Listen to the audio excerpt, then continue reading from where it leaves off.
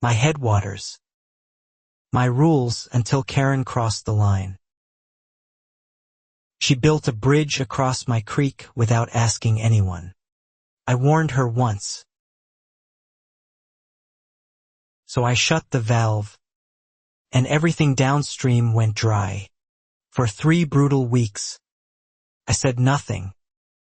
I just watched.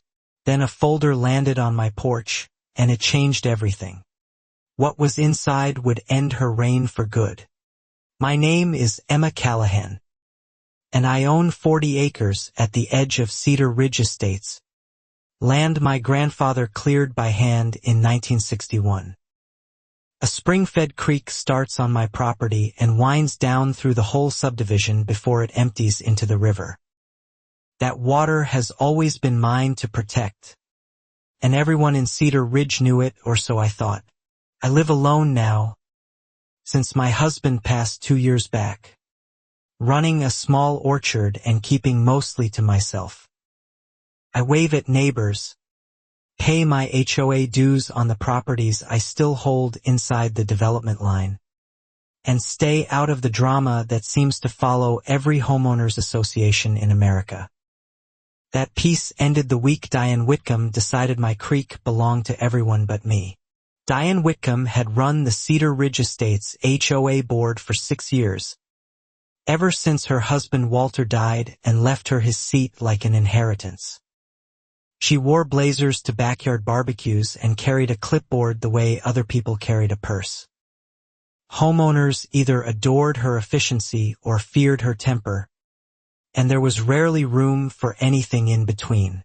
I'd known Diane since before the subdivision existed, back when Walter tried twice to buy my grandfather's land to expand what became Cedar Ridge. Both times my family said no. Walter accepted it with a handshake and a shrug.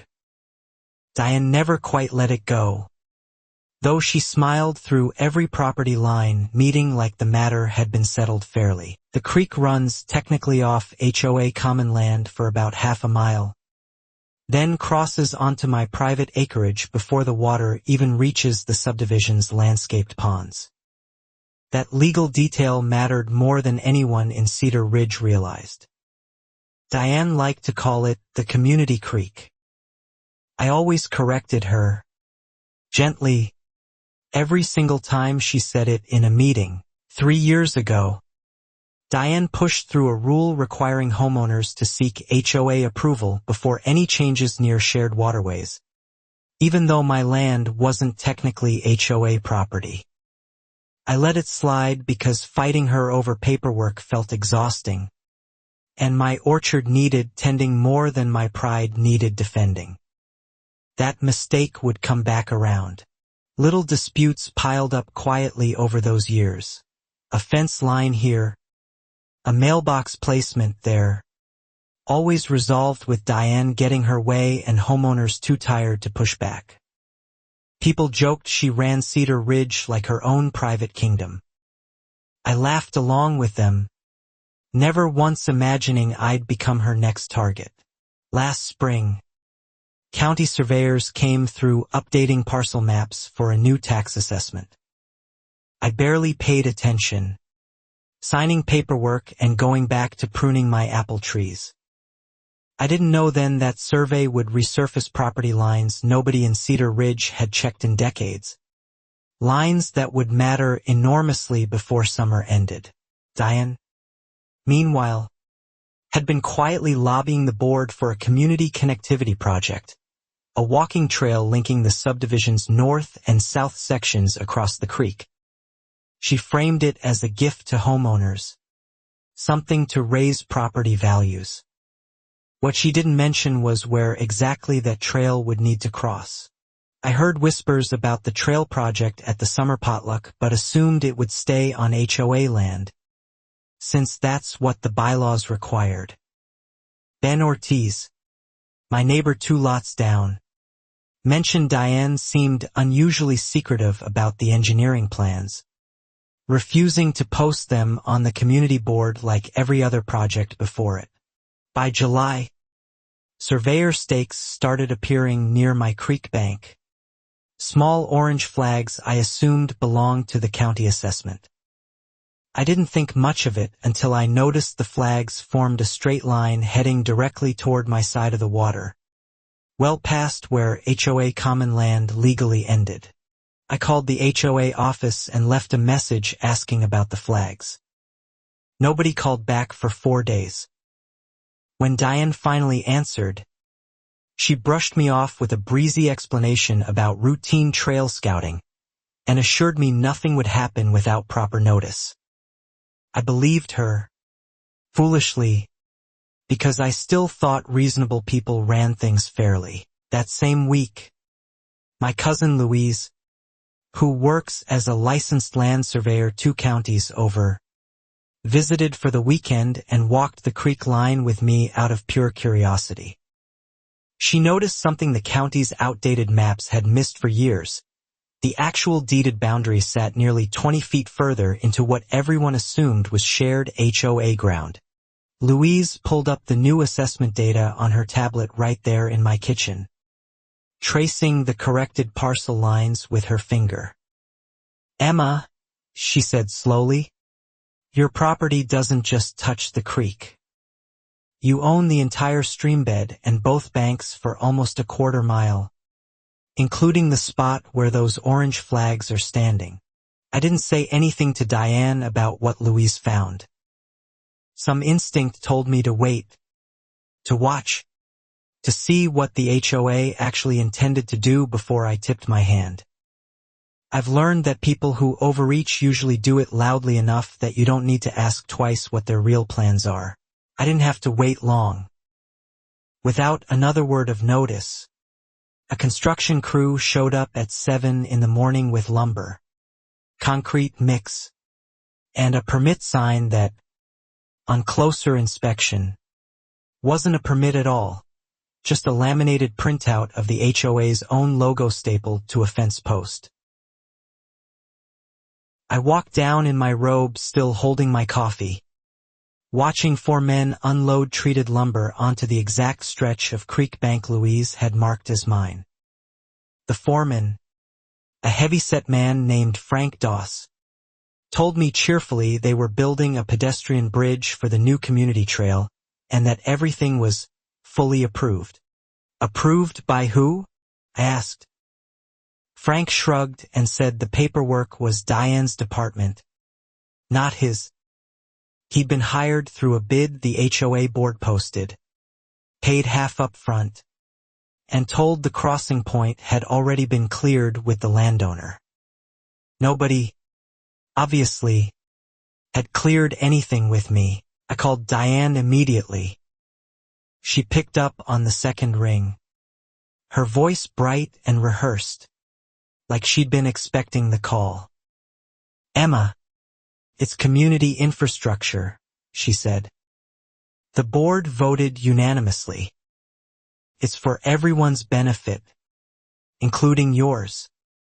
Try to see the bigger picture instead of being difficult about a few feet of dirt." I told her those few feet of dirt were my legal property, backed by a fresh county survey, and that construction needed to stop immediately.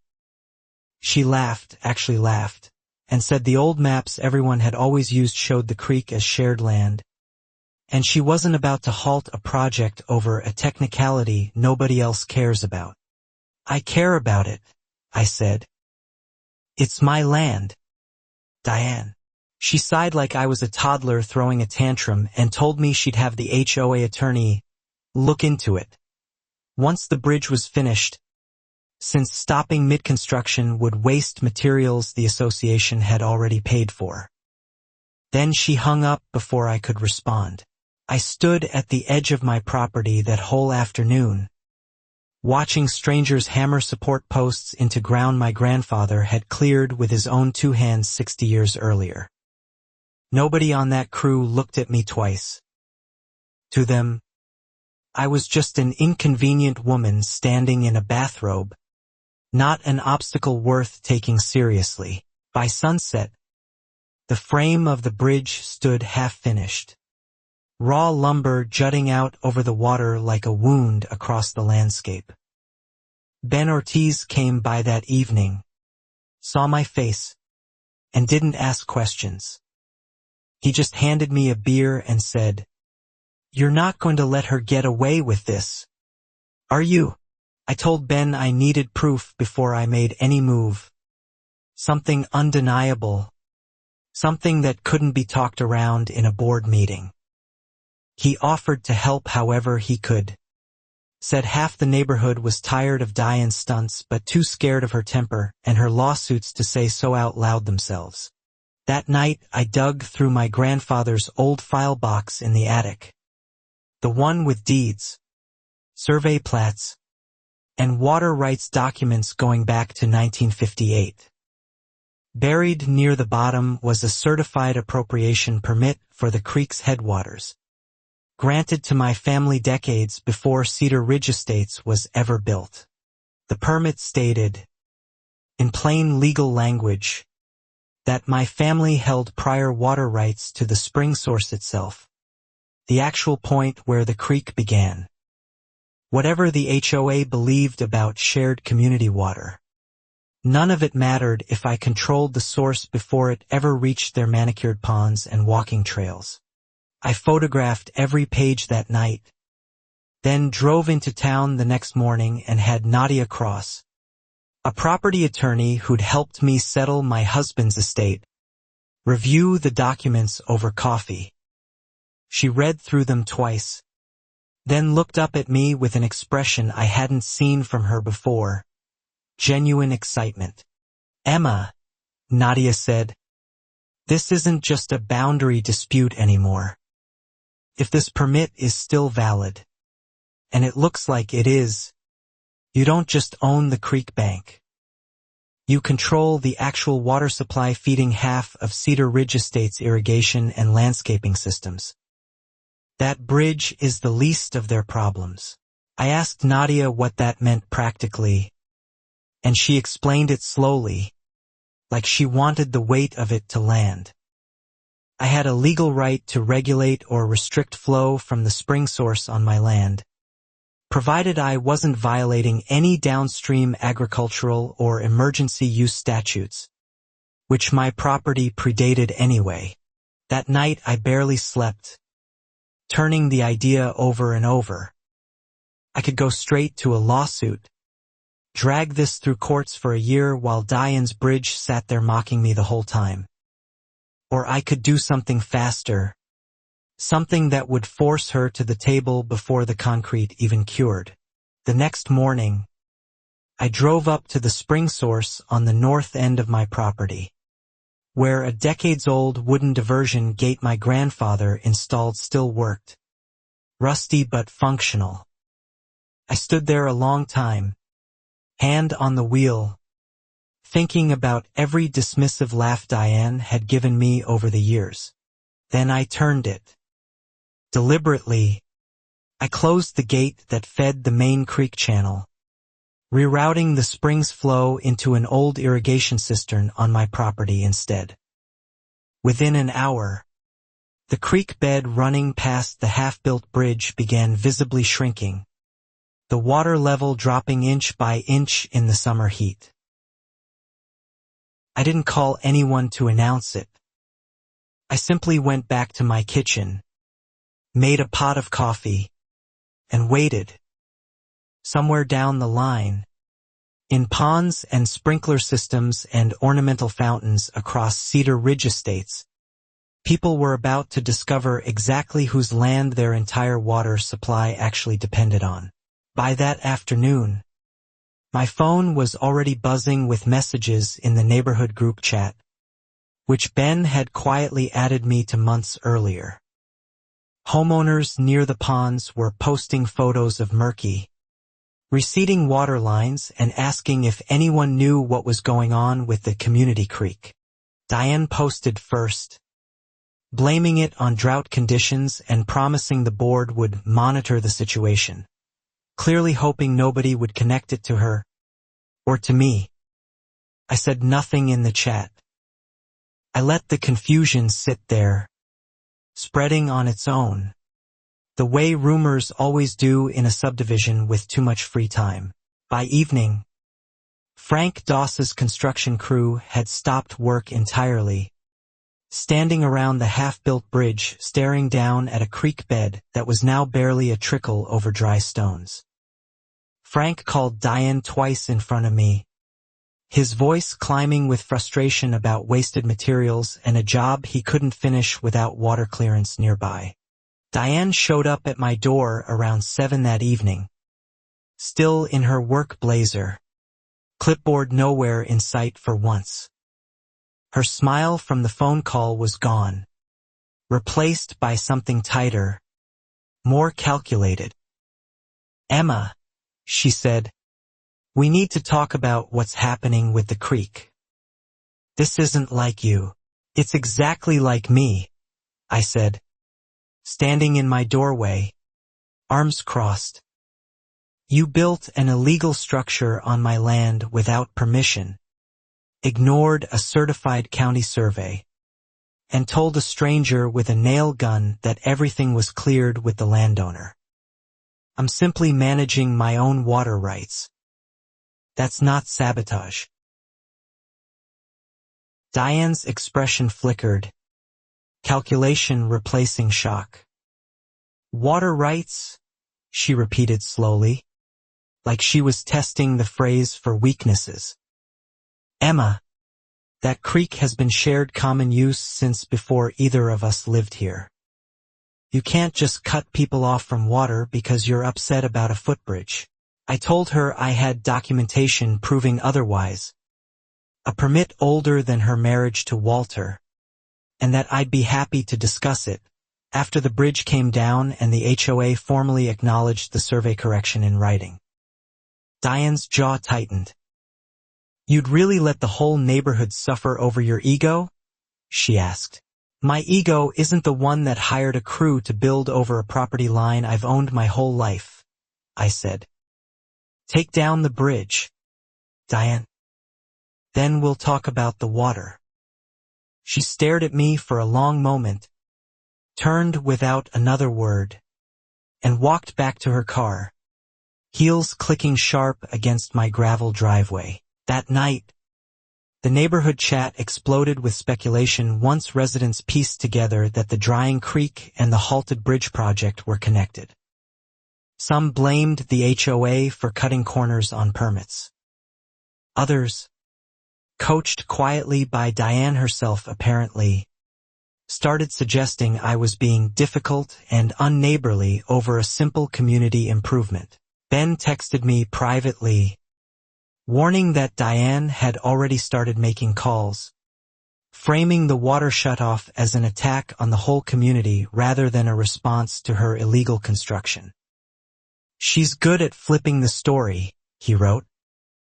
"Watch your back. Before. Just never this publicly." I asked Ben what he meant by "done this before," and he told me about a homeowner 2 years earlier, a young couple who'd fought Diane over a fence violation and ended up hit with mounting HOA fines until they simply sold their house and left Cedar Ridge rather than keep fighting her in every meeting. That story settled something cold in my stomach. This wasn't going to be a quick, reasonable resolution. Diane didn't operate that way, and I needed to prepare for a longer fight than a shut valve and a stalled construction crew. I called Nadia again that night and asked her to draft a formal cease and desist letter. Nadia's letter, delivered by courier 3 days later, laid out the survey findings plainly and demanded the HOA halt all construction, remove existing materials from my property, and issue written acknowledgement of the corrected boundary within 30 days. It was calm, precise, and utterly without room for Diane's usual charm offensive. Diane didn't respond to the letter directly.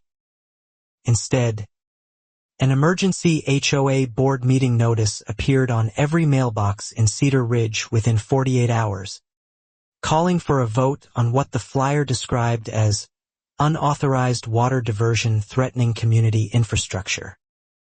My name wasn't mentioned, but everyone would know exactly who it meant.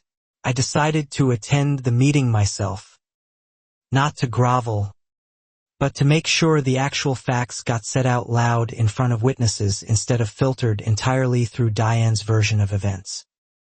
Nadia offered to come with me as counsel, and I accepted immediately, grateful I wouldn't be facing that room alone.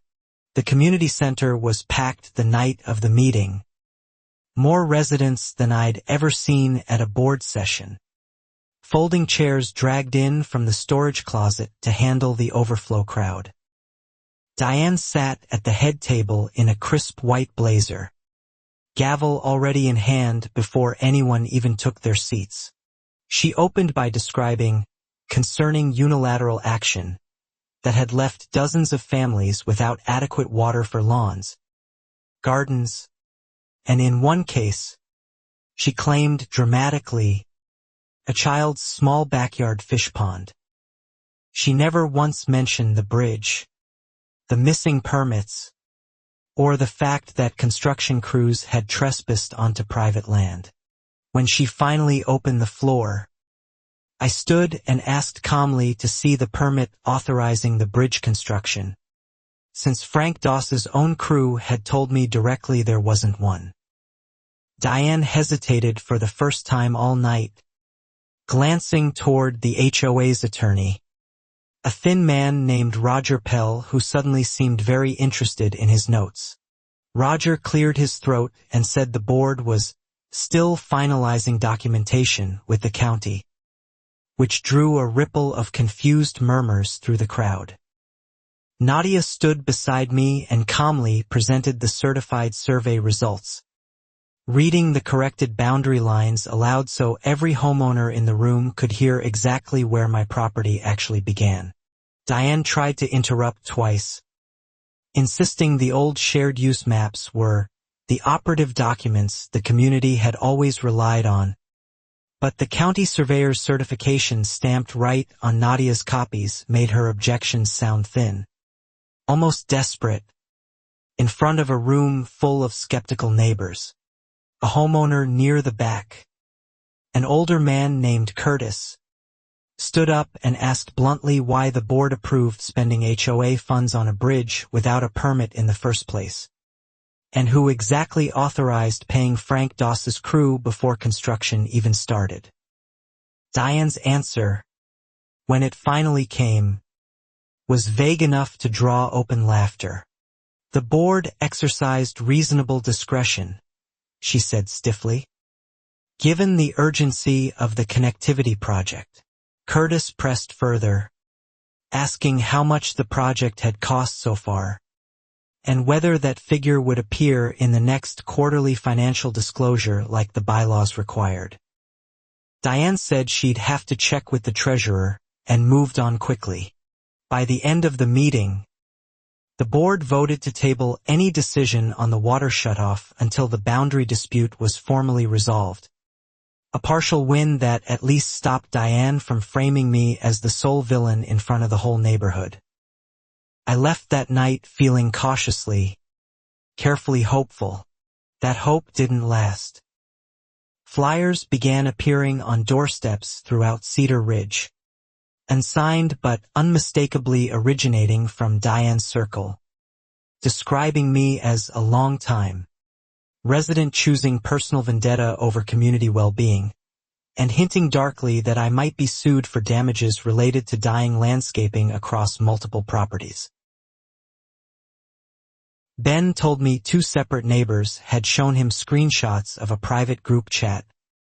One Diane apparently ran outside the official HOA channel, where she'd been telling loyal board allies that I was unstable since my husband passed, and needed to be handled delicately but firmly before the situation embarrassed the whole subdivision. Reading that secondhand, filtered through Ben's careful phrasing, hurt more than I expected. I'd buried my husband 2 years ago and rebuilt a quiet life stone by stone since then. Hearing Diane weaponize my grief as a talking point against me felt like a violation deeper than any fence line or bridge ever could. I called Nadia that night, shaking with anger I hadn't let myself feel yet. She told me, gently but firmly, that this kind of thing often happened once people like Diane realized they were losing ground legally. They shifted the fight from facts to character, hoping public sympathy would do what paperwork couldn't. Document everything, Nadia said. Every flyer, every screenshot, every comment in that chat. If this ever needs to go further, patterns matter more than any single incident. I started a folder that night, printing screenshots Ben forwarded, photographing every flyer left on my porch, building a record I hoped I'd never actually need. 2 days later, Frank Doss called me directly, his voice tight and uncomfortable. He said Diane had asked him to quietly resume nighttime construction on the bridge. Off the books, paying his crew in cash to avoid drawing attention while the boundary dispute remained officially unresolved. He wanted no part of it, he said. Why are you telling me this? I asked, genuinely surprised. Frank admitted Diane still owed his company for materials, and he worried that finishing construction illegally would leave him legally exposed if the whole thing collapsed later. He said he'd rather come clean now than get dragged into a lawsuit that wasn't his fight. I thanked him and asked if he'd be willing to put that admission in writing, even informally, an email or a text confirming Diane's request for unpermitted nighttime work. He hesitated, clearly weighing his own risk, but eventually agreed, saying he was tired of being caught in the middle of other people's power struggles. That text message, time-stamped and unambiguous, became the first real crack in Diane's carefully maintained narrative. Nadia said it alone wouldn't win a case, but combined with everything else we were collecting, it painted a picture no reasonable board member could ignore forever, no matter how loyal they were to Diane personally. Meanwhile, the water situation in Cedar Ridge Estates was becoming impossible to hide. Lawns nearest the drained creek channel had gone visibly brown. Ornamental ponds sat half-empty with exposed liner showing at the edges. And at least one resident's koi had reportedly died. A detail that spread through the neighborhood faster than any board memo. I felt genuinely bad about the koi. If I'm honest, I never wanted innocent neighbors caught in the middle of a fight that was fundamentally between me and Diane's overreach. I told Ben I was considering a partial release of water, enough to sustain wildlife and basic landscaping, while still holding my legal ground on the bridge. Ben suggested I make that offer publicly instead of privately to Diane, framing it as a gesture of good faith directly to affected homeowners rather than a concession to the board. It was smart advice. It would show the community I wasn't the villain Diane's flyers claimed, while keeping all my legal leverage fully intact. I posted in the community chat myself for the first time, explaining calmly that I'd release enough flow to protect landscaping and wildlife immediately, but that full restoration depended on the HOA formally acknowledging the survey and removing the unpermitted bridge. Dozens of neighbors responded with relief, several thanking me directly for the compromise. Diane responded within minutes, framing my own goodwill gesture as proof that the shutoff had never been necessary in the first place, insisting my sudden change of heart showed the whole crisis had been manufactured for leverage. I didn't engage way and let the creek begin flowing again, publicly, undeniably. The partial release did exactly what I hoped. Neighbors who'd been furious about dead lawns started asking harder questions about why the HOA had let the water crisis happen at all, rather than simply removing an illegally built bridge the moment the boundary dispute came to light in the first place. Curtis, the older homeowner from the meeting, started organizing informal conversations among residents, comparing notes about years of Diane's selective enforcement, unexplained fee increases, and a pattern of decisions made without proper board votes recorded in the minutes. What had started as my fight was slowly becoming everyone's fight. I should have felt triumphant watching that shift happen. Instead, I felt a low, persistent unease, the sense that Diane wasn't the type to simply accept losing ground quietly. 6 years running that board had taught her every lever available to protect her position, and I doubted she'd used them all yet. For about 2 weeks, things went strangely calm. The creek flowed at its partial rate. The bridge sat abandoned mid-construction with lumber slowly graying in the sun. And Diane went quiet on the community chat entirely. No flyers. No emergency meetings. No calls to Nadia's office demanding negotiations. Ben said the silence made him more nervous than the flyers ever had. "She's not the type to just give up," he told me over coffee one morning. "When Diane goes quiet, she's usually building something behind closed doors. Watch the board minutes. Watch who she's been having lunch with lately." I took his advice and started attending every open board session, even the boring budget ones I'd normally skip entirely. Diane ran them with unusual formality during that quiet stretch, sticking rigidly to agenda items, never once mentioning the bridge, the creek, or my name, like the whole conflict had simply evaporated. During that period, I finally had time to properly review my grandfather's old paperwork with Nadia, cross-referencing the 1958 appropriation permit against current state water board records to confirm the rights hadn't lapsed or been quietly transferred at any point during the decades between his ownership and mine. Nadia's research confirmed everything held up. The permit remained active, properly filed, never contested, never superseded by any HOA agreement, largely because the subdivision's original developers in the 1990s had simply never bothered checking prior water rights before platting the community ponds and irrigation systems that depended on that very creek. That negligence, Nadia explained, meant the HOA had been operating an entire landscaping infrastructure for 30 years on water rights it never actually verified, let alone secured. If this ever went to court, the exposure wasn't just about one bridge. It touched the legal foundation of nearly every water feature in Cedar Ridge Estates. I didn't want to destroy the whole community's water access. I genuinely didn't. Been about the bridge, the trespass, and Diane's refusal to admit fault. But the deeper Nadia dug, the clearer it became that Diane's overreach had exposed a vulnerability far bigger than either of us initially realized. During that quiet stretch, I ran into Tyler Whitcomb, Diane's adult son, at the local hardware store, both of us reaching for the same shelf of pipe fittings.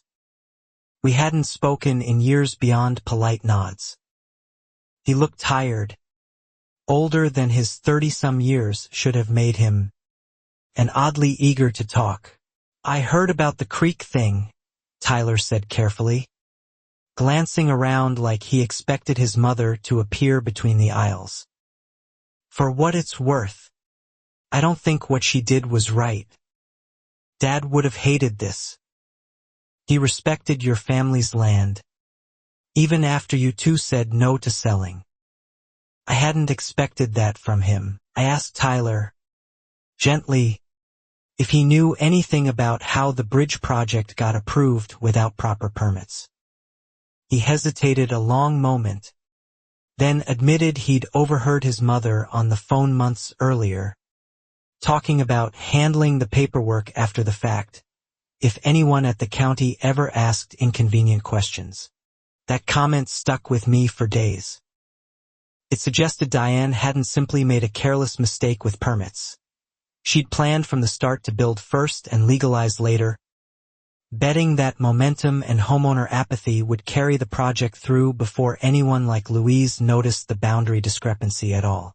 I told Nadia about the conversation, and she said it wouldn't hold up as formal evidence on its own. Hearsay from an estranged family member, but it confirmed the pattern we'd already been building. Diane didn't make honest mistakes. She made calculated bets and covered them with charm when they didn't pay off. Around that same time, Curtis's informal homeowner conversations turned up something concrete. 3 separate residents recalled Diane pushing through emergency assessments over the past 2 years for vague infrastructure projects that never seemed to materialize into anything visible.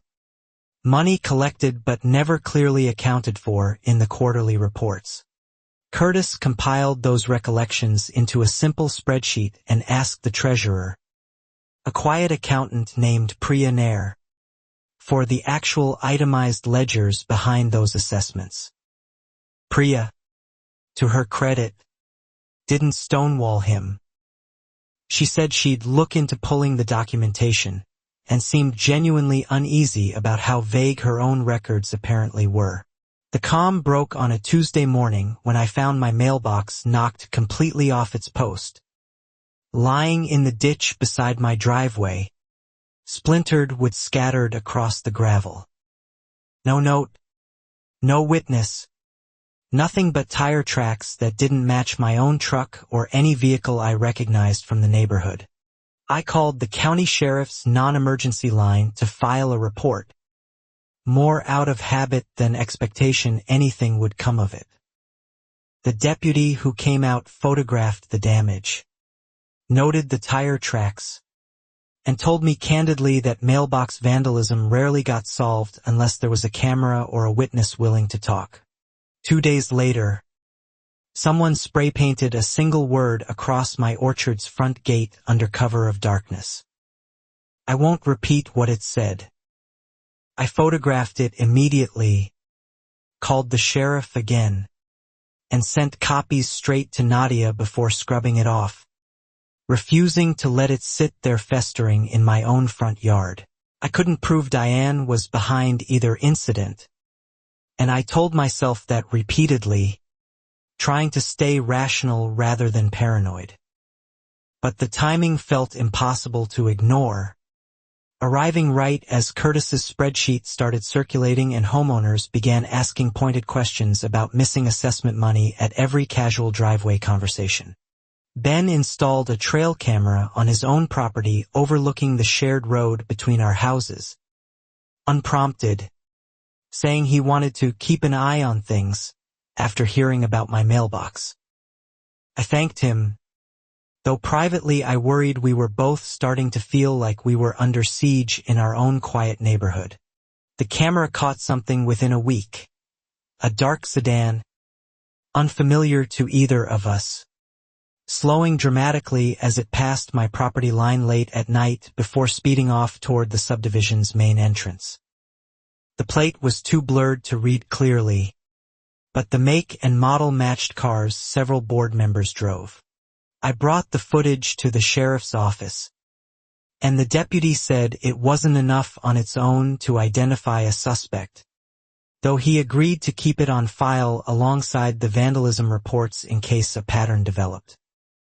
I left feeling frustrated but not surprised. Some fights don't resolve through official channels alone.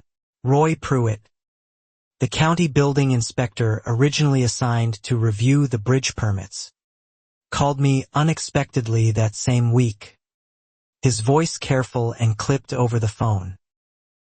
He said he wanted to clarify some confusion about paperwork Diane had submitted, paperwork that listed my name as a co-applicant on the original permit request. My stomach dropped hearing that.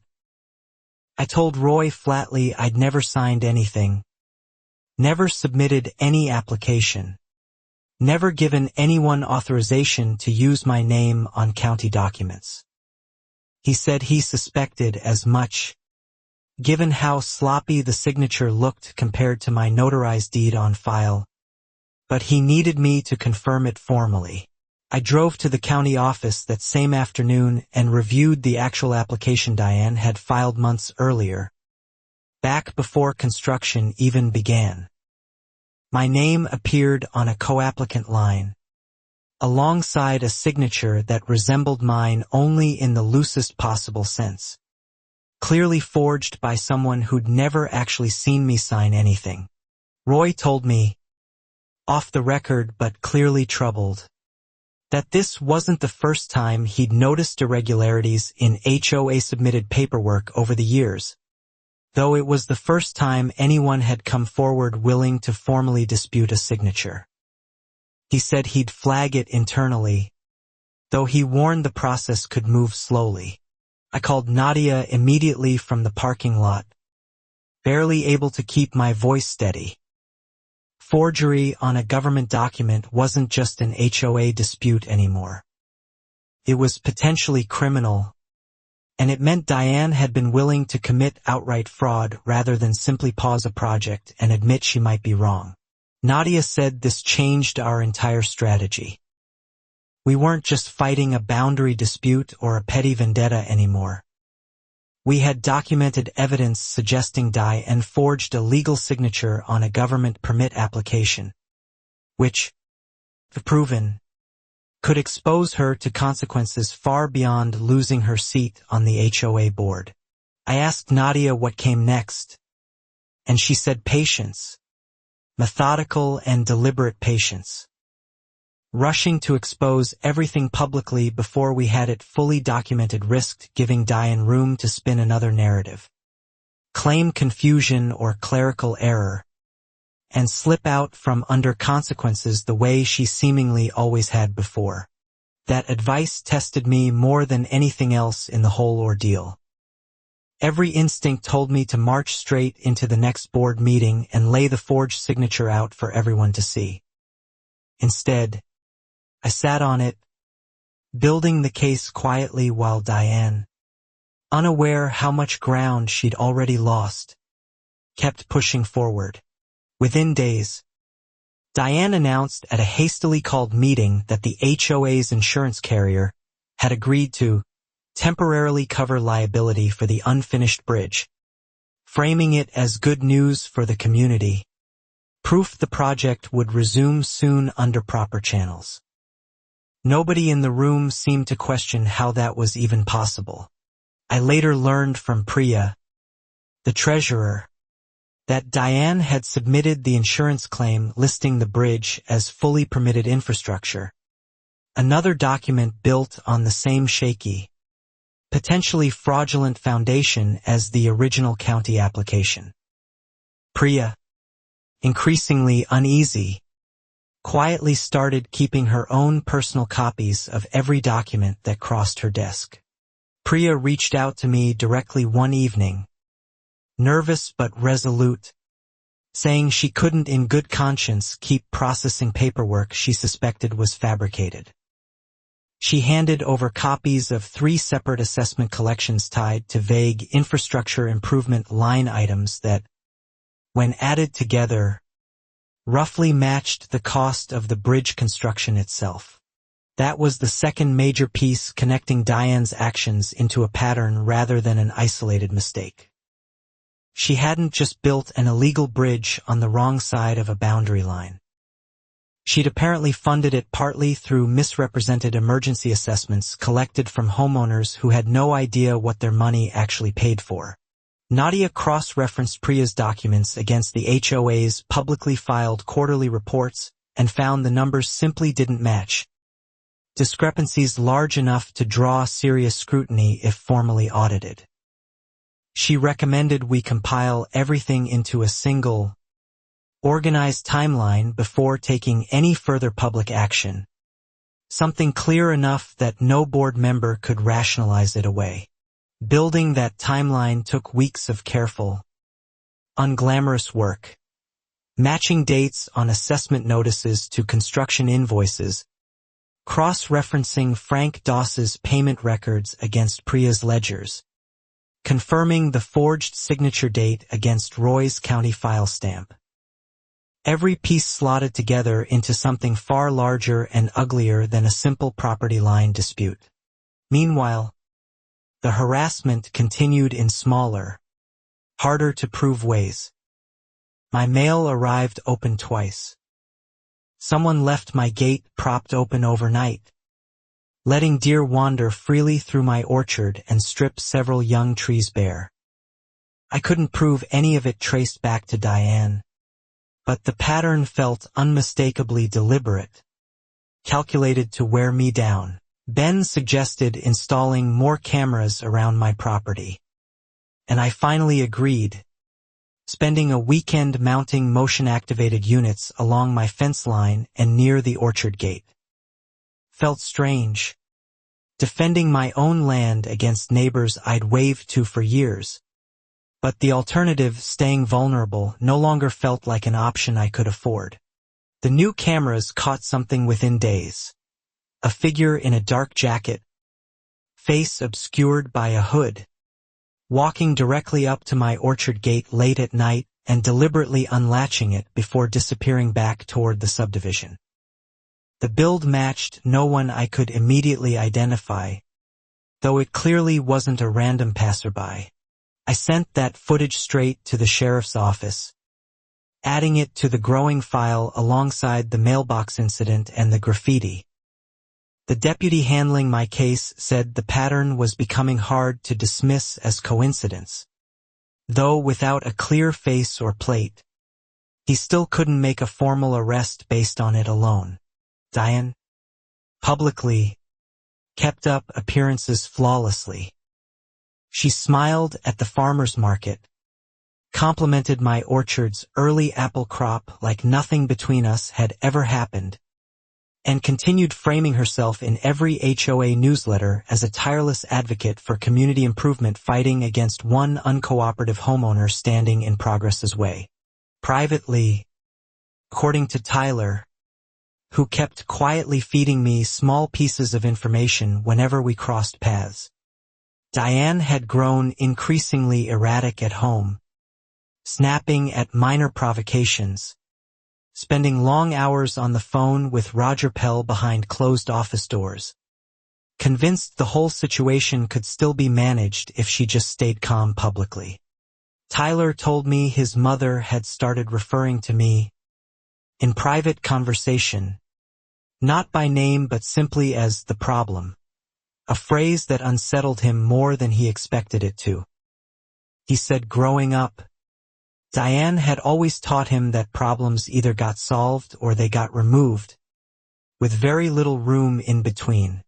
That comment sat with me uneasily for days afterward. I didn't want to believe Diane capable of anything more dangerous than petty harassment and paperwork fraud. But Tyler's tone when he repeated it suggested even he wasn't entirely certain where his mother's determination might eventually lead if she felt cornered enough. Around that time, Curtis's informal homeowner group formalized into something more organized. A dozen residents meeting bi-weekly in his garage to compare notes, share documents, and discuss what a formal recall vote against Diane's board seat might actually require under the HOA's own bylaws, which almost nobody had ever bothered reading closely before. I attended one of those garage meetings myself, bringing nothing but general encouragement, careful not to reveal the specifics Nadia and I were still quietly building toward. Curtis explained the recall process required signatures from at least a third of homeowners plus a formal vote at a properly noticed special meeting. Reaching that signature threshold felt daunting given how many residents still either liked Diane or feared her enough to avoid signing anything publicly. But Curtis pointed out that every dead lawn, every dried-up koi pond, and every vague assessment notice had been quietly softening even her most loyal supporters over these past months. Priya, still working internally as treasurer despite her growing unease, agreed to attend the next official board meeting and formally request a public accounting of the disputed assessment funds, framing it simply as routine financial transparency rather than an accusation, giving Diane no obvious reason to block or delay the request outright. That meeting, when it finally arrived, started ordinarily enough, Diane running through agenda items with her usual brisk efficiency. When Priya raised her hand and calmly requested the itemized breakdown of the infrastructure improvement assessments from the past 2 years, the temperature in the room shifted almost immediately, subtle but unmistakable. Diane's smile flickered for just a moment before recovering. She said the treasurer's request was reasonable and promised documentation within the next reporting cycle. A vague enough answer that Curtis stood up immediately and asked, pointedly, why records that should already exist required additional time to simply locate and photocopy. Roger Pell tried to intervene, citing procedural rules about agenda items requiring advance notice. But Priya calmly noted she'd submitted her request in writing 3 days earlier through the proper internal channel, a copy of which she happened to have printed and ready to hand to the recording secretary right there. The meeting ended without resolution, but something had visibly cracked in the room's mood. Neighbors who'd previously stayed quiet started murmuring openly to each other on the way out, no longer bothering to lower their voices, wondering aloud what exactly the board had been spending their money on for 2 straight years. Diane cornered me briefly in the parking lot afterward, her composure noticeably thinner than usual. "You're enjoying this, aren't you?" she said quietly, no longer bothering with her usual friendly veneer. "Turning my own neighbors against me over a footbridge and some paperwork mix-ups." I told her plainly I hadn't turned anyone against her. "You did that yourself," I said. "The moment you decided forging a signature and hiding assessment money was easier than admitting you built on land you didn't own." Her jaw tightened, eyes flashing with something colder than her usual irritation. "Careful, Emma," she said quietly. "You have no idea what—" That threat, vague as it was, felt different from her earlier condescension. It wasn't dismissive anymore. It was a warning, delivered low and deliberate, and I drove home that night replaying it over and over, wondering exactly how far Diane was actually prepared to go to protect the position she'd built her whole identity around. I told Nadia about the parking lot confrontation the next morning, and she said, gently but firmly, that it was time to loop in the sheriff's office more formally, connecting the property vandalism, the mailbox, the propped gate, and now this direct verbal threat into a single documented pattern rather than isolated incidents. The deputy who'd handled my earlier reports took the new information seriously, noting that a direct threat following months of unexplained property damage shifted things meaningfully. He said he'd increase patrol frequency near my property and recommended I keep the trail cameras running continuously rather than only reviewing footage periodically. 2 nights later, one of Ben's cameras caught something far more alarming than a propped gate. A figure approaching the old wooden diversion gate at my spring source itself, tools in hand, clearly attempting to tamper with the mechanism controlling water flow into the creek that fed the entire subdivision. The camera's motion light triggered, and the figure froze for just a moment, face briefly illuminated before turning and fleeing into the darkness. It wasn't Diane herself. It was a younger man I didn't immediately recognize, though something about his build and gait felt vaguely, uncomfortably familiar from around the neighborhood. I sent the footage immediately to the sheriff and to Nadia, both of whom agreed this had crossed a clear legal line, from petty harassment into attempted tampering with a controlled water source, a matter serious enough to warrant an actual criminal investigation rather than a non-emergency report filed and forgotten. The deputy came out personally the next morning, examined the diversion gate for signs of attempted tampering, and photographed fresh tool marks along the rusted mechanism that hadn't been there during his last visit. He said the case would be escalated to a detective given the potential public safety implications of interfering with a water supply.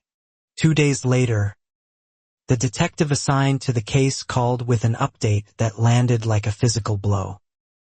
Facial recognition software, cross-referenced against the county's DMV database, had matched the intruder's partial face capture to a man named Curtis's own nephew, someone Diane had apparently hired off the books for yard work. I sat with that information a long time before it fully registered. Diane hadn't just harassed me personally or bent HOA rules for her own convenience. She'd allegedly paid someone to sabotage the water source controlling an entire subdivision's supply, a reckless act that could have caused serious harm well beyond our private dispute. The detective explained that hiring someone to tamper with a regulated water diversion structure carried potential felony implications, separate entirely from the civil boundary dispute Nadia and I had been building. Diane, it seemed, had escalated far past petty spite into territory that could genuinely end with criminal charges against her. I told Curtis what the detective found, and he went pale, horrified to learn his own nephew had been pulled into something so serious without fully understanding the consequences. He immediately offered to cooperate fully with investigators, saying his nephew needed to face this honestly rather than get dragged deeper protecting Diane's secrets. Curtis's nephew, facing the weight of what he'd actually been asked to do, agreed to speak with the detective directly, providing a full statement about Diane, paying him in cash to disable the diversion gate, framing it to him as simply restoring shared water access the community had supposedly always been entitled to. That statement became the turning point Nadia had been quietly waiting for since we first discovered the forged permit signature months earlier. We now had documented fraud, misappropriated assessment funds, and a paid attempt to sabotage a legally protected water source, all tracing back through evidence directly connected to Diane herself. Diane, apparently sensing the walls closing in, went strangely quiet again for several days. No flyers, no confrontations, no public statements at all. Tyler told me she'd started making phone calls late into the night, voice hushed and frantic in ways he'd never heard from his normally composed, controlled mother before. I learned later, through Priya, that Diane had attempted to quietly transfer HOA reserve funds into a separate account under Roger Pell's law firm, framed internally as an emergency legal defense retainer, against what she vaguely described in board correspondence as escalating harassment from a hostile landowner. That landowner, of course, was me. Priya refused to authorize the transfer without full board approval, citing bylaw requirements for expenditures above a certain threshold. Diane pushed back hard, according to Priya, insisting the situation qualified as an emergency exception. Priya held firm, and for the first time in years, someone on that board simply refused to bend. That refusal apparently infuriated Diane beyond anything else that had happened so far. Priya told me Diane accused her directly of conspiring with the enemy, a phrase so dramatic it would have been funny under different circumstances. Priya said she simply replied that following the bylaws wasn't conspiracy. It was her actual job.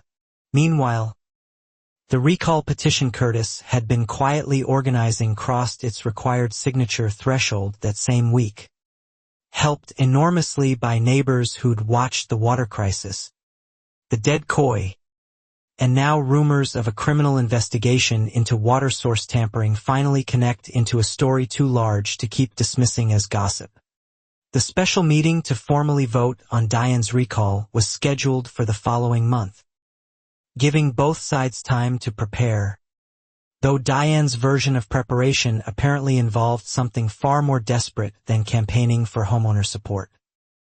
Tyler warned me, voice shaking slightly over the phone, that his mother had started talking differently. She keeps saying she won't just let this go quietly, Tyler told me. She said something about making sure that if she goes down, she's taking the whole thing with her, whatever that means. I'm worried about what she might actually do before that meeting happens. Emma. I don't know her like this. I relayed Tyler's warning to Nadia and the detective handling the sabotage investigation, both of whom took it seriously enough to recommend I install additional security measures around both my home and the spring source itself, given Diane's apparent willingness to escalate well past reasonable boundaries when she felt cornered. I hired a small security firm to install motion-activated lighting and a monitored alarm system around the diversion gate, an expense I resented deeply but couldn't ignore given everything that had already happened. Ben offered to help keep watch some nights too, insisting neighbors looking out for each other mattered more now than ever. Diane's public behavior grew visibly erratic during that final stretch before the recall vote.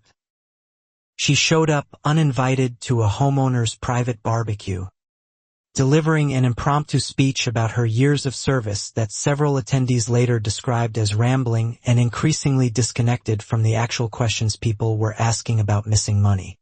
At the next official board meeting, Diane attempted preemptively to resign her position, framing it as a magnanimous gesture for the good of community harmony, clearly hoping to avoid the formal recall vote and whatever public accounting might follow it. Curtis immediately objected, insisting the recall proceed regardless. On the record, with full transparency.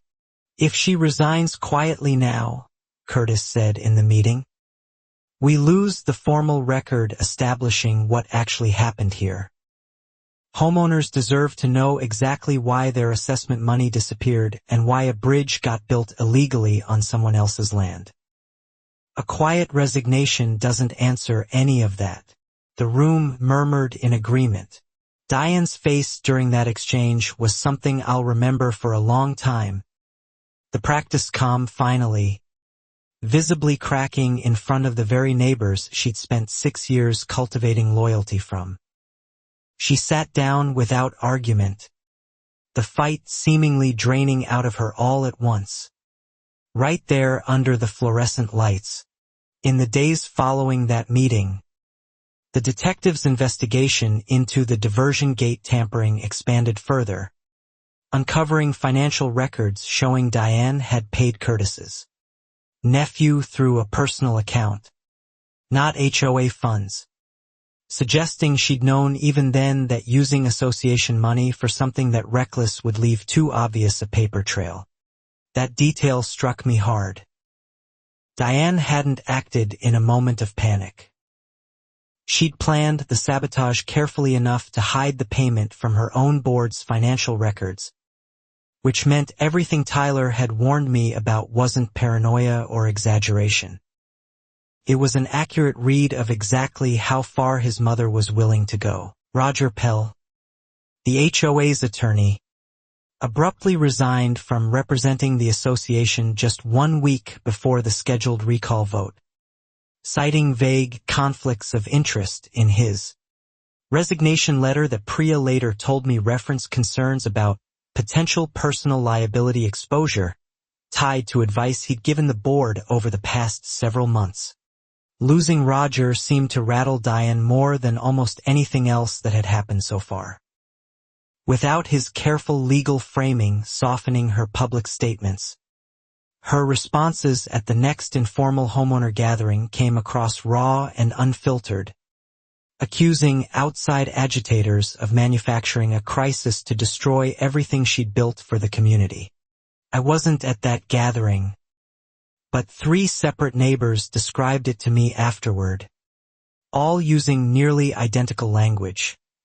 Diane had seemed genuinely unwell, voice shaking, repeating herself, insisting at one point that removing her from the board would leave Cedar Ridge Estates defenseless against threats nobody else in the room could actually name. Tyler called me that same night, sounding exhausted in a way that made my chest ache despite everything his mother had put me through.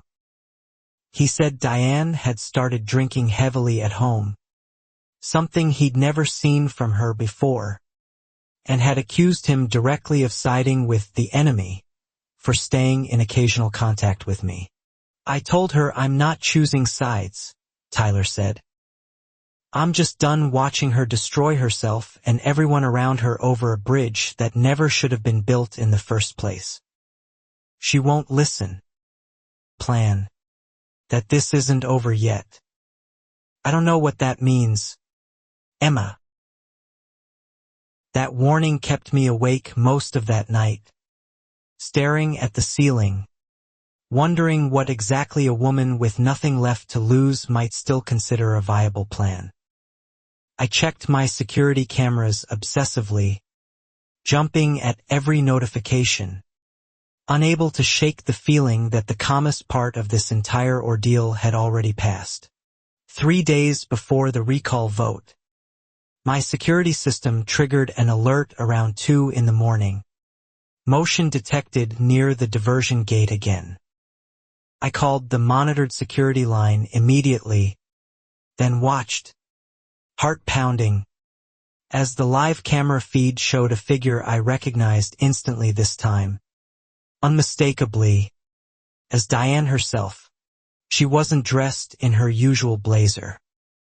She wore dark clothing, moving with none of her practiced board meeting composure, carrying what the footage later confirmed was a bolt cutter, apparently intending to force open the reinforced lock the security firm had installed on the diversion gate housing just weeks earlier. The monitored alarm company had already dispatched local authorities the moment the perimeter sensor triggered, and sheriff's deputies arrived within 11 minutes, catching Diane still at the gate, bolt cutters in hand, illuminated fully under the motion-activated floodlights she apparently hadn't accounted for in whatever plan she'd finally decided to attempt. I wasn't there in person to see her arrested, watching instead through the grainy security feed from my kitchen window as flashing lights pulled into my driveway. But Ben, alerted by the same notification system, arrived just in time to witness deputies placing Diane in handcuffs beside the gate she'd spent months fighting to control. Diane reportedly said very little during the arrest itself, according to the deputy who filed the report, beyond insisting repeatedly that the water belonged to the whole community and that she was simply restoring what should have always been shared. Language that sounded less like a legal argument and more like something she genuinely believed. News of the arrest spread through Cedar Ridge Estates faster than any board announcement ever had, the community chat lighting up within an hour of the incident. Most residents shocked not that Diane had been arrested exactly, but that things had escalated to attempted property damage and trespassing this far into an HOA dispute. I didn't sleep at all that night, adrenaline and disbelief keeping me pinned to my kitchen table long after the deputies left, staring at printouts of the timeline Nadia and I had built over the past months. Forgery to fraud to sabotage to this. An escalation I'd honestly never truly expected to witness firsthand. Tyler called me at dawn, voice hollow, saying he'd just come from the sheriff's station where his mother was being processed on charges that included attempted criminal tampering, trespassing, and possible fraud tied to the earlier permit forgery investigation Roy Pruitt had quietly flagged internally months before all of this came to a head.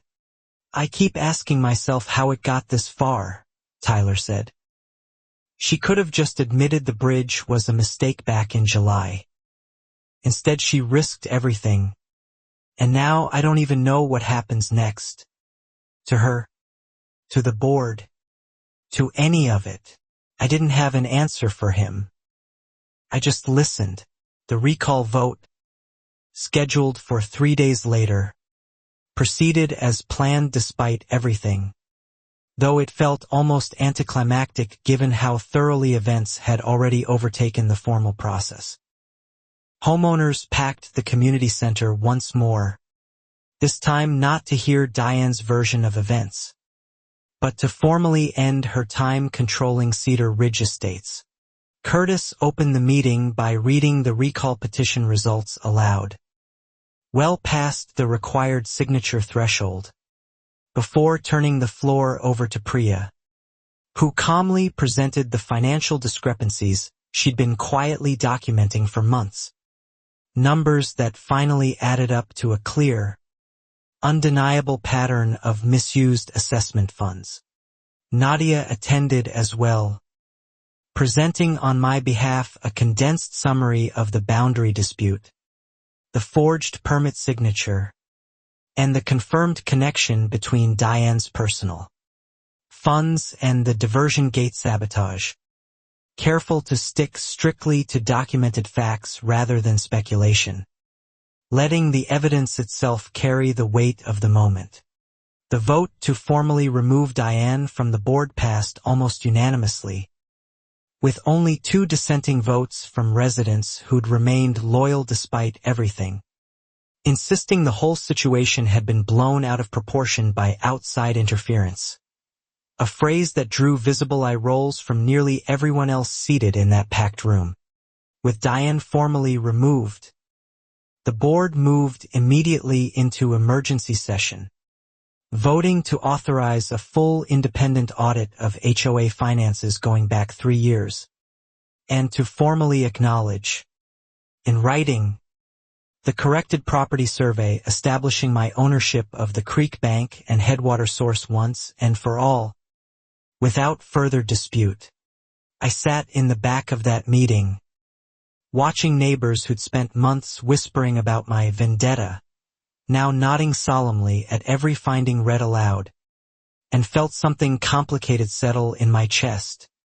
Not quite triumph, more like exhaustion finally allowed to exhale after holding its breath for an entire summer straight. Frank Doss, contacted by the newly reorganized board, agreed to formally document everything he knew about Diane's instructions for unpermitted nighttime construction, providing his earlier text messages as sworn evidence, information that helped the board's attorney establish a clear timeline of intentional deception dating back to before construction ever even began. Roy Pruitt's internal flag regarding the forged permit signature finally moved forward through official county channels, resulting in a formal referral to the district attorney's office for potential forgery charges, separate entirely from the criminal case already building around the attempted diversion gate sabotage just days before the recall vote. I met with the district attorney's investigator myself later that week, providing every document Nadia and I had carefully compiled over the past months. The surveyor's report, the forged signature comparison, Priya's assessment discrepancies, and the full timeline connecting every escalating incident back to decisions Diane had apparently made entirely on her own. The investigator told me, candidly, that cases involving HOA fraud rarely reached this level of documented severity, usually staying contained to petty civil disputes that fizzled out before anyone bothered building a real case. "You did the hard part already," she said. "Most of what we need is right here, organized and ready. Diane was released on bail within 2 days of her arrest, and I braced myself for another confrontation, another parking lot threat, another attempt to reframe the narrative in her favor.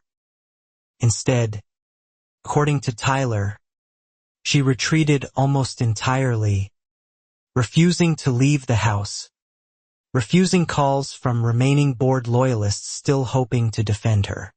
Tyler told me quietly, during what would be our last real conversation about the whole ordeal, that his mother had finally admitted, privately, to regretting how far things had gone. Though he wasn't sure if that regret came from genuine remorse or simply from finally facing consequences she'd never truly believed would catch up with her. With Diane removed and the board reorganized under Priya's temporary leadership, the community began the slow work of rebuilding trust, starting with a full public accounting of every misused assessment dollar, presented transparently at a meeting that drew even more attendance than the recall vote itself had managed weeks earlier. The independent audit confirmed what Priya's earlier spreadsheet had only suggested: nearly $80,000 in homeowner assessments, collected under vague infrastructure improvement pretenses over 2 years, had been redirected toward the bridge project, Roger Pell's legal retainers, and expenses the auditors simply labeled unaccounted for in their final report. Reading that final number aloud in the meeting, Curtis's voice cracked slightly, not from sadness but from the sheer scale of it finally being confirmed in black and white. Numbers that had been hiding in plain sight for years behind Diane's confident smile and her practiced, dismissive answers at every prior board meeting. The board voted to pursue restitution formally through the ongoing criminal case, working directly with the district attorney's office to ensure any recovered funds went back into homeowner accounts rather than simply disappearing into legal fees the association could scarcely afford after everything Diane's tenure had already cost the community. I spent that period focused mostly on my own property, finally repairing the mailbox, patching the orchard gate, and formally, quietly celebrating with Nadia and Ben over a simple dinner the moment the corrected survey documentation became official county record. My boundary lines no longer subject to anyone's convenient reinterpretation ever again. The bridge itself sat unfinished for weeks after Diane's removal. Gray weathered lumber jutting awkwardly over a creek that now flowed at full, healthy strength again.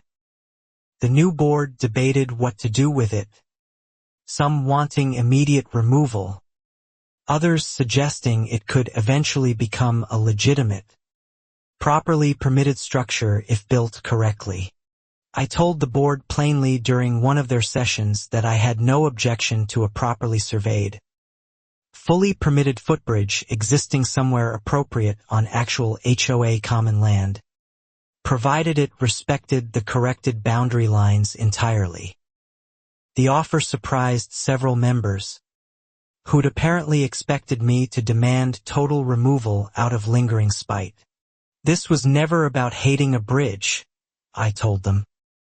It was about Diane refusing to respect a boundary, forging documents, and endangering water safety rather than simply admitting a mistake early on. A bridge built honestly, on the right land, was never something I'd have fought against in the first place. That statement seemed to shift something in the room. Several neighbors nodding slowly, understanding finally settling in that the entire conflict could have been avoided months earlier with nothing more than an honest apology and a willingness to relocate a construction project a few crucial feet in the correct direction. The unfinished bridge was formally dismantled the following month, its lumber salvaged and repurposed by the new board toward an actual community project everyone agreed on. A small covered pavilion near the entrance, properly permitted, properly funded, and built entirely on land nobody would ever need to argue over again. Frank Doss returned.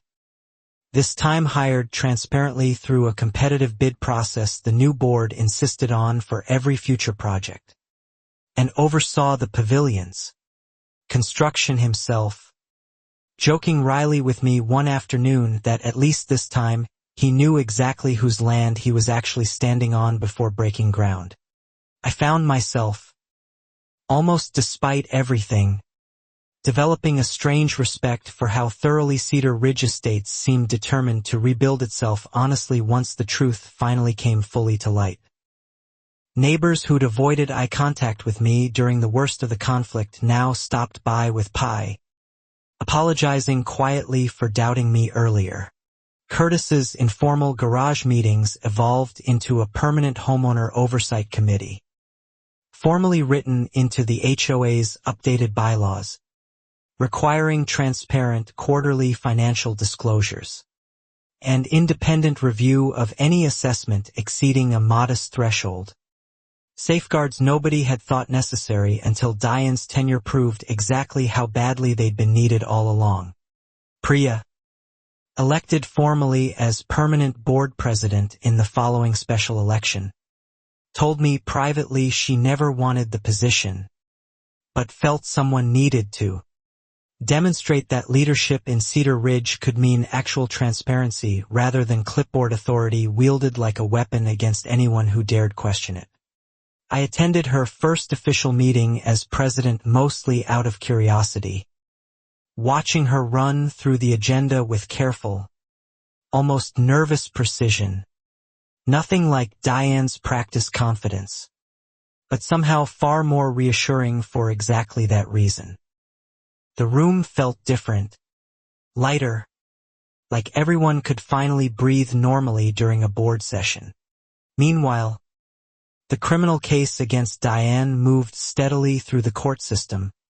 The forgery charge and the attempted tampering charge eventually consolidated given the connected timeline of evidence Nadia and the district attorney's investigator had built together over months of careful, methodical documentation nobody could easily dismiss or argue around.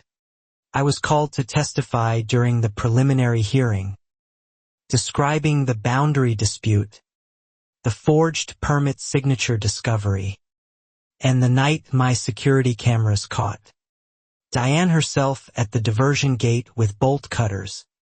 Testimony that felt strange to deliver calmly given how personal and exhausting the entire ordeal had actually been. Diane sat across the courtroom throughout my testimony, noticeably thinner, dressed simply rather than in her usual polished blazers, staring down at the defense table, rather than meeting my eyes even once. A silence that felt somehow more unsettling than any confrontation we'd had throughout the entire summer's escalating conflict. Her defense attorney argued diminished judgment following her husband's death years earlier and the stress of unexpected community pushback, a framing that felt uncomfortably close to how Diane herself had once tried painting me as unstable following my own husband's passing. A parallel that wasn't lost on anyone paying close attention. The judge, reviewing the evidence, seemed unmoved by that framing, noting on record that the forged signature and the deliberate, planned nature of the diversion gate sabotage suggested calculated decision-making rather than a sudden lapse in judgment. A distinction that mattered significantly for how the charges would ultimately proceed forward. Roy Pruitt testified next, walking the court through the county's permit records, confirming the forged co-applicant signature had been flagged internally weeks before my own formal dispute. Evidence suggesting Diane had known her paperwork wouldn't withstand scrutiny yet proceeded with construction regardless, betting nobody would check closely enough in time. Frank Doss testified as well, visibly uncomfortable but honest, confirming Diane's request for unpermitted nighttime construction and reading aloud the text message. he'd sent me months earlier, evidence that closed one of the earliest gaps in the timeline Nadia had spent so many careful weeks constructing piece by piece. Priya's testimony covered the misused assessment funds in careful financial detail, walking the court through spreadsheets and bank transfers that painted a portrait of someone who'd grown so comfortable with unchecked authority that basic financial oversight had simply stopped applying to her at all. Year after year, unquestioned. Curtis's nephew, testifying under a cooperation agreement given his own limited role in the sabotage attempt, described being paid in cash and told the diversion gate. Tampering was simply restoring shared community access, language that echoed, almost word for word, what Diane herself had said the night deputies finally arrested her. By the time the prosecution rested its case, the courtroom had heard a complete, unbroken timeline, forged permits, misappropriated funds, harassment, property vandalism, and finally attempted sabotage of a legally protected water source. Evidence far too extensive and interconnected for even the most sympathetic defense strategy to meaningfully dismantle. The defense's closing argument leaned heavily on Diane's years of community service, her volunteer work, her genuine belief that she'd been protecting shared resources, rather than stealing them, an argument that acknowledged the facts while trying desperately to soften the intent behind them for a jury clearly growing skeptical. I sat in that courtroom during closing arguments feeling strangely hollow rather than triumphant, watching a woman I'd known for over a decade reduced to a defense attorney's careful attempt at humanizing choices that had genuinely endangered an entire subdivision's water supply over what began as a simple, honest property boundary. The jury deliberated for just under 6 hours before returning with a verdict. Guilty on the forgery charge. Guilty on the attempted tampering charge. Though acquitted on a more serious sabotage enhancement the prosecution had sought. Given the jury's apparent belief that Diane hadn't fully understood the potential danger of her actions, Diane showed no visible reaction as the verdicts were read. Sitting perfectly still beside her attorney, the composed mask she'd worn through 6 years of HOA meetings finally, permanently cracked beyond any repair her practiced smile could ever manage to restore in front of a room full of people who'd once trusted her completely. Sentencing was scheduled for several weeks later, giving both sides time to prepare victim impact statements and character testimony. A strange formal pause after months of escalating chaos that had somehow, finally, funneled down into a courtroom's quiet, procedural rhythm of dates and filings and careful legal language. I spent those weeks trying to return to something resembling normal life, tending my orchard, watching the creek flow steady and full past the empty space, where the bridge used to stand, allowing myself, for the first time since spring, to simply exist without checking security footage every few restless hours. The sentencing hearing arrived on a gray, overcast morning, the courtroom packed once more, this time not with curious neighbors but with people directly affected. Priya, Curtis, Ben, Nadia, even Roy Pruitt sitting quietly near the back. Each of us carrying pieces of a story that had consumed nearly an entire year. The judge invited victim impact statements first, and Priya spoke about the financial betrayal, the trust broken with homeowners who'd paid their assessments faithfully for years, believing their money funded actual community improvements rather than a personal vendetta dressed up as infrastructure the board never properly disclosed to anyone at all. Curtis spoke next, his voice steady despite obvious emotion, describing how his own nephew's life had been derailed by Diane's manipulation. A young man now carrying a cooperation agreement, and a permanent record because someone he trusted convinced him a felony was simply restoring shared community access. Nobody had actually been denied. When my turn came, I stood slowly, unfolding the single page I'd written the night before, and told the court about a bridge built on land my grandfather cleared by hand, about forged signatures and bolt cutters in the dark, and about how a simple property dispute became something that endangered an entire community. I never wanted this outcome, I told the judge honestly. I wanted an apology and a bridge moved a few feet in the right direction.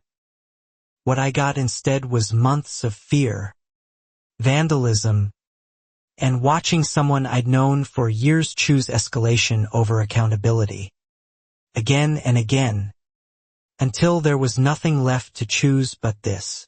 Diane's attorney presented character letters from longtime friends and fellow board members, describing years of genuine community contribution, charity drives, holiday decorations, small kindnesses that painted a fuller, more complicated picture of a woman who'd apparently convinced herself that protecting her position justified almost any method available to defend it.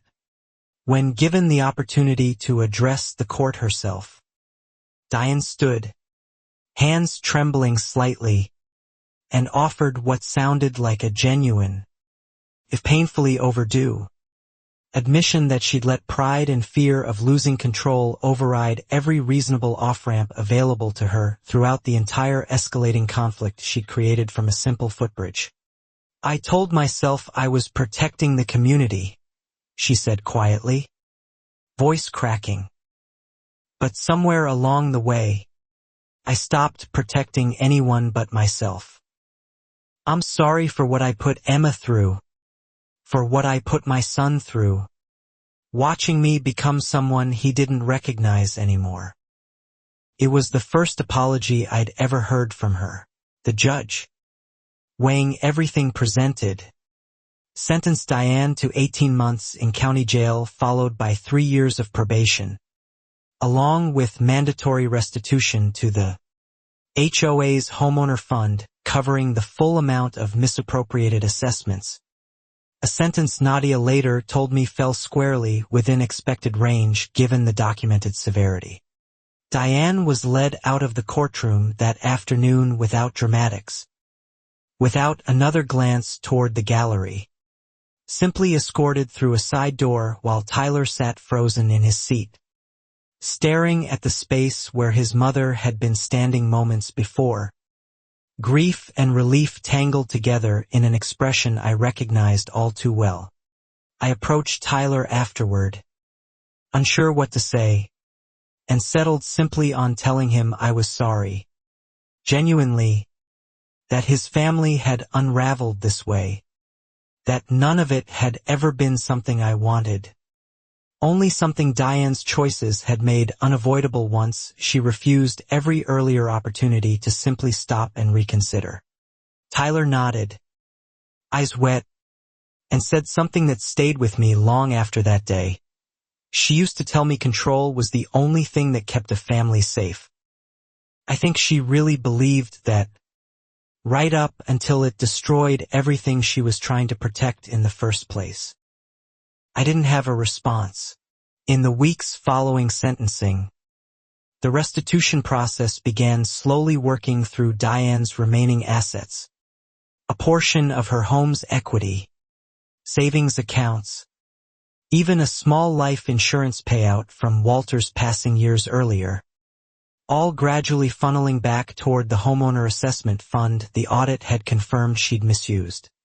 Priya's board formally closed the investigation with a public report distributed to every Cedar Ridge household, laying out the full timeline transparently, acknowledging institutional failures that had allowed one person to accumulate that much unchecked influence over 6 consecutive years without meaningful oversight from anyone else on the board.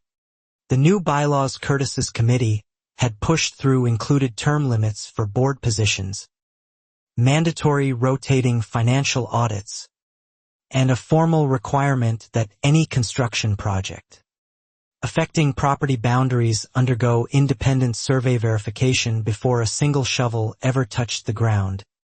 Safeguards born directly from everything our community had endured. I found myself, somewhat unexpectedly, invited to help draft portions of that boundary verification policy, given how directly my own experience had exposed the gap that allowed Diane's bridge project to proceed as far as it did before anyone formally caught the error buried in decades-old, outdated shared-use maps. Working alongside Priya and Curtis on those revisions felt strange at first. Sitting in the same community center where I'd once stood accused of selfish sabotage, now helping build the very safeguards meant to prevent another Diane from ever accumulating that same dangerous, unchecked authority again in Cedar Ridge Estates. The pavilion Frank Doss built from the old bridge's salvaged lumber was dedicated that autumn in a small community ceremony. Priya cutting a simple ribbon while neighbors gathered with coffee and pastries. An unremarkable gathering that nonetheless felt like genuine closure after everything the same would had once represented months earlier. I attended, standing near the back beside Ben, watching children chase each other around the new structure, completely unaware of the forged permits and bolt cutters, and courtroom testimony that had preceded its existence. Simply enjoying a sunny autumn afternoon the way neighborhoods are supposed to feel, ordinary and unremarkable. Louise visited again that same month, walking the corrected boundary line with me one more time, this time marked permanently with proper survey monuments rather than temporary orange flags. Quiet, official confirmation that no future board, however ambitious or careless, could ever again mistake my land for community property. "You handled this better than most people would have," Louise told me as we walked. I laughed, tired, and told her it hadn't felt like handling anything most days, just stumbling forward one document, one confrontation, one sleepless night at a time until somehow, eventually, the truth simply outweighed everything Diane had built to hide it. Ben and I fell into an easy, comfortable friendship over those following months, born from shared trail camera footage and late-night worry that had somehow, gradually, softened into simple companionship, the kind that comes from surviving something difficult together and finding you still genuinely enjoy each other's company afterward. Nadia closed out her formal involvement with a final, satisfying piece of paperwork. The county's official acknowledgement recording my family's water rights permit as permanently uncontested, filed alongside the corrected survey, a document I framed and hung in my kitchen, right beside my grandfather's original 1958 appropriation certificate. I thought often, during that quieter stretch, about how differently everything might have unfolded if Diane had simply knocked on my door back in July, admitted the flags were misplaced, and offered to move the bridge a few feet before any lumber was ever purchased. Pride, apparently, had cost her far more than any relocation ever would have. Tyler and I spoke occasionally after the sentencing. Tentative conversations rebuilding something neither of us fully knew how to name. Not quite friendship, but not simply politeness either. Two people connected permanently by an ordeal neither of us had chosen but both had somehow survived without losing ourselves entirely. He told me, during one of those conversations, that he'd started visiting his mother regularly at the county facility, bringing books, sitting through mostly silent visits, slowly rebuilding something fragile between them that 6 years of unchecked HOA power and one summer's catastrophic choices had nearly destroyed completely. I didn't envy him that particular burden.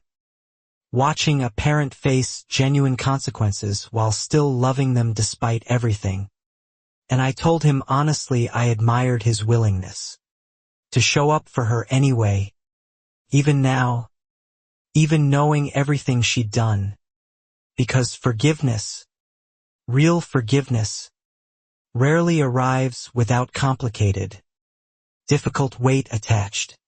The creek itself, meanwhile, simply kept flowing, indifferent to everything that had happened along its banks that year, full and steady past the pavilion, past my orchard, past the spring source where reinforced locks and monitored cameras now stood permanently, quiet insurance against anyone ever again mistaking my water for theirs to control. I planted new apple trees that fall near the orchard gate, replacing what the deer had stripped bare during the worst of the harassment. Small green saplings that would take years to bear real fruit. A deliberate act of patience and faith in a future I genuinely doubted. Some nights I would ever get to enjoy peacefully. Priya's board held its first full-year anniversary meeting the following summer, presenting a financial report so thorough and transparent that Curtis joked afterward. It was almost boring compared to the drama everyone had grown accustomed to under Diane's tenure. A joke that landed because boring, finally, felt like genuine relief. I attended that meeting mostly to support Priya, staying quiet through most of the agenda, until near the end when a new homeowner, unaware of the full history, casually asked why there was an empty gravel patch near the entrance instead of the walking trail bridge the original community plans had once promised. Curtis fielded that question with practiced patience, giving a brief, honest summary of everything that had happened: the boundary dispute, the fraud, the sabotage, the recall. Watching the newcomer's eyes widen steadily throughout the explanation until he finally said, quietly, "I had no idea any of that happened here." That reaction became oddly common over the following months. New families moving into Cedar Ridge estates entirely unaware of the storm that had passed through before their arrival. The neighborhood settling back into something recognizably normal.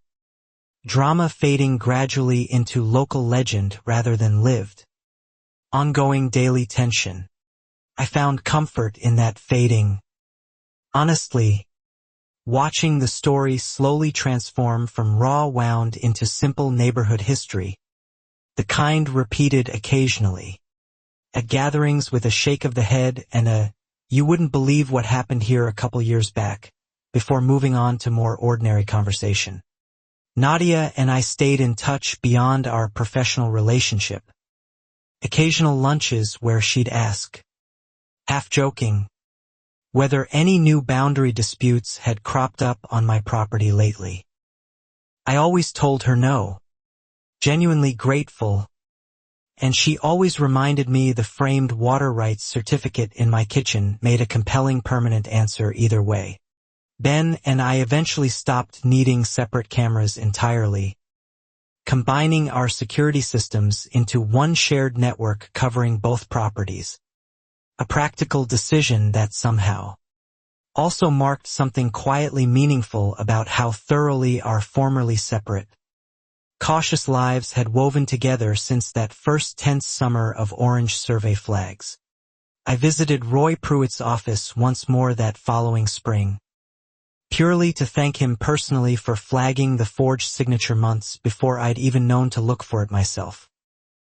He shrugged modestly, saying he'd simply done his job, though we both knew plenty of inspectors might have let that detail slide unnoticed entirely. The county, partly in response to what happened in Cedar Ridge, quietly updated its permit review procedures the following year, requiring notarized signature verification on any co-applicant. Paperwork involving shared or disputed property boundaries, a small bureaucratic change that Roy told me proudly referenced our case. Unofficially, in internal training materials, Frank Doss's construction company picked up steady work throughout Cedar Ridge Estates in the following seasons, the pavilion project apparently convincing skeptical homeowners. He'd simply been an unwitting participant in Diane's scheme rather than any willing accomplice. A reputation recovery he told me he was deeply, genuinely grateful for. I ran into Curtis's nephew occasionally around town, working steadily at a hardware store, quietly rebuilding his own life after the cooperation agreement and probation that followed his role in the diversion gate incident. And I always made a point of greeting him kindly, believing genuinely in second chances earned through honest effort. Diane's house sold eventually, the proceeds folding into her ongoing restitution payments. A new family moving in the following spring with young children who quickly became fixtures at the new pavilion's weekend gatherings. Completely unaware their front lawn had once belonged to the most notorious HOA president Cedar Ridge had ever known. Tyler moved out of state that same year, taking a job offer he'd been considering for months, telling me before he left that he needed genuine distance to rebuild his own sense of identity separate entirely from his mother's legacy. A choice I understood completely and supported without a moment's hesitation. We still exchange occasional messages, mostly about ordinary things now, weather and work and small updates, the heavy weight of that summer gradually settling into something manageable rather than something either of us needed to carry actively anymore. Proof that even fractured relationships can find quieter, steadier ground eventually. Diane was released from county jail after serving her sentence. Quiet and diminished compared to the commanding presence she'd once carried through every Cedar Ridge board meeting. Moving to a small apartment 2 towns over according to Tyler. Working part-time at a garden center. Deliberately avoiding any homeowners association entirely. I ran into her only once after her release. At a farmer's market neither of us expected the other to attend. And the encounter was brief, almost painfully ordinary. Both of us exchanging a stiff nod before continuing separately through the stalls. An ending far quieter than anything the previous year's chaos might have predicted. That quiet encounter felt strangely fitting. Honestly, a final punctuation mark on a conflict that had once consumed my entire summer with fear and fury, now reduced to nothing more than 2 tired women passing each other near a table of ripe tomatoes, neither particularly interested in reopening anything between them.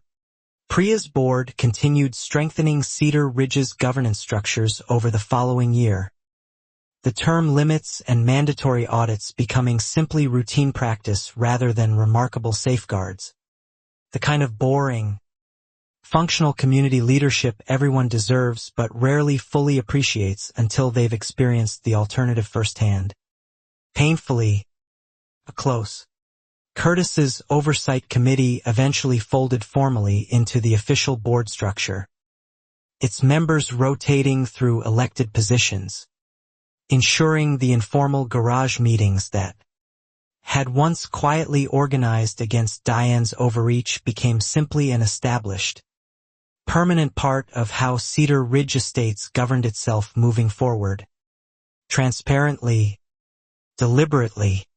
I still serve occasionally as an advisor on boundary and water rights questions whenever new construction projects arise near the creek. A role nobody formally created, but that emerged naturally. Neighbors simply trusting my grandfather's old documents and my own hard-won experience more than any board's assurances alone these days. My orchard flourished that following spring. The new saplings I'd planted after the deer damage finally showing their first real growth. Small buds promising future. Harvests I genuinely doubted. During the worst of that conflict, I would ever get to peacefully enjoy without checking security footage every restless hour beforehand. Ben and I made it official that spring too. Nothing dramatic, just a quiet decision between two people who'd weathered something difficult together and found genuine companionship on the other side of it. Our combined properties and combined lives settling into something neither of us had expected but both had come to treasure. I think about that first morning often, standing in my robe with cold coffee watching strangers hammer lumber into land my grandfather cleared by hand, and how impossibly far that moment feels now from the quiet, steady life the creek and I eventually settled back into once the whole ordeal finally ended. The framed documents in my kitchen, the 1958 appropriation permit and the corrected modern survey side by side, still catch my eye most mornings while I make coffee. Small reminders of everything it took to protect something that should have simply, obviously, always belonged to me without question or dispute. I never got a formal apology from Diane herself, beyond the brief, halting words she offered the court during sentencing, and I've made my peace with that absence over time, understanding some people simply aren't capable of the kind of accountability that would make a private apology feel genuinely meaningful anyway. What I did get, eventually, felt more valuable than any private apology could have. A community that relearned, painfully but thoroughly, what genuine transparent leadership actually looked like, and neighbors who no longer mistook clipboard confidence for actual trustworthiness simply because it arrived wrapped in a crisp white blazer. Louise visits every few months still, mostly for pleasure now rather than boundary disputes, walking the creek line with me just to enjoy the water flowing steady and full, the way it always should have, uninterrupted by anyone's forged signatures or misplaced ambition ever threatening to divert it again. Nadia occasionally mentions, half-joking during our lunches, that she could probably retire comfortably just handling boundary disputes if every case came with documentation. As thorough as mine eventually became, though she always adds, more seriously, that she hopes never to see another homeowner endure quite what I went through that year. The pavilion stands steady near the entrance now, weathered lumber from the old bridge holding up perfectly well under its new, honest purpose, children's laughter echoing from it most weekend afternoons, a structure built finally, properly, on land where it genuinely belonged from the very beginning of the whole ordeal. I sometimes catch new residents admiring the pavilion, asking casually about its history, and I've learned to give Curtis's same practice summary now myself. Brief and honest, watching their expressions shift from casual curiosity to genuine surprise that such quiet, ordinary Cedar Ridge estates once harbored that much hidden chaos. Priya asked me last month to help draft a formal community newsletter feature recounting the whole saga for new homeowners, a kind of institutional memory meant to ensure nobody in Cedar Ridge ever again mistakes unchecked authority for legitimate leadership, regardless of how confidently, how charmingly, that authority happens to present itself. Writing that account meant revisiting every difficult month again. The forged signature, the bolt cutters, the courtroom testimony, and I found myself surprised by how manageable it all felt now, distant enough to examine clearly without the raw fear that had defined living through it the first difficult time around. I ended that newsletter piece simply telling neighbors that protecting your own boundaries, whether property lines or personal dignity, sometimes requires more patience and documentation than anyone should reasonably have to summon, but that the alternative, Staying silent against genuine overreach always costs infinitely more in the long run.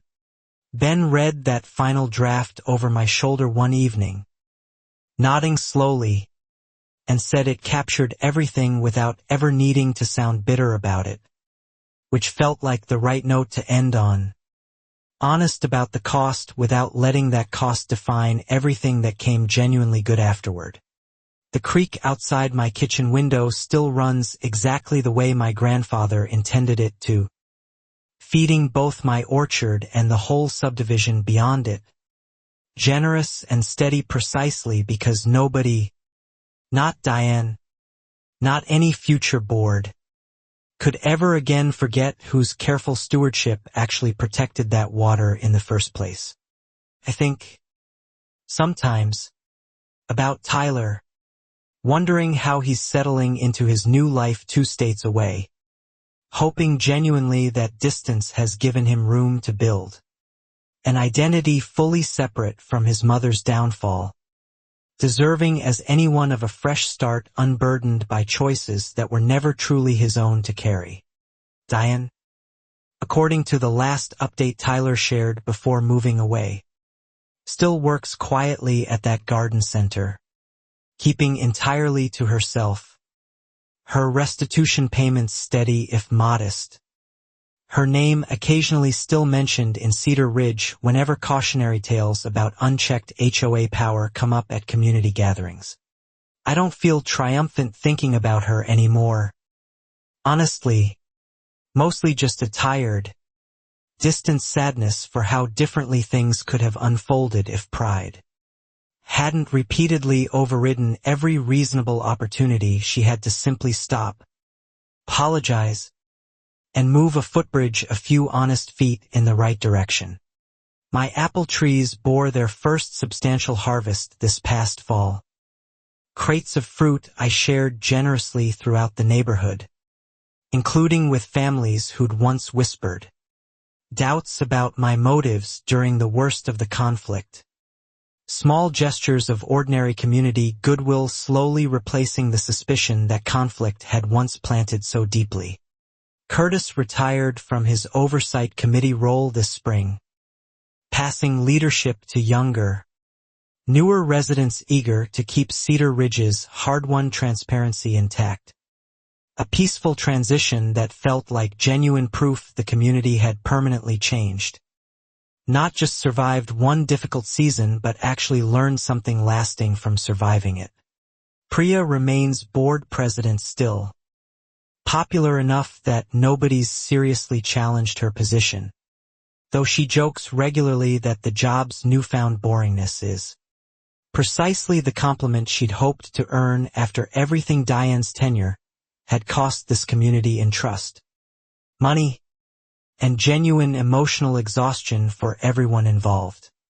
I stood at the diversion gate just last week, watching the creek flow strong and clear past reinforced locks that, these days, feel more like quiet monuments than necessary security, evidence of everything survived rather than ongoing protection against threats that genuinely no longer exist here anymore.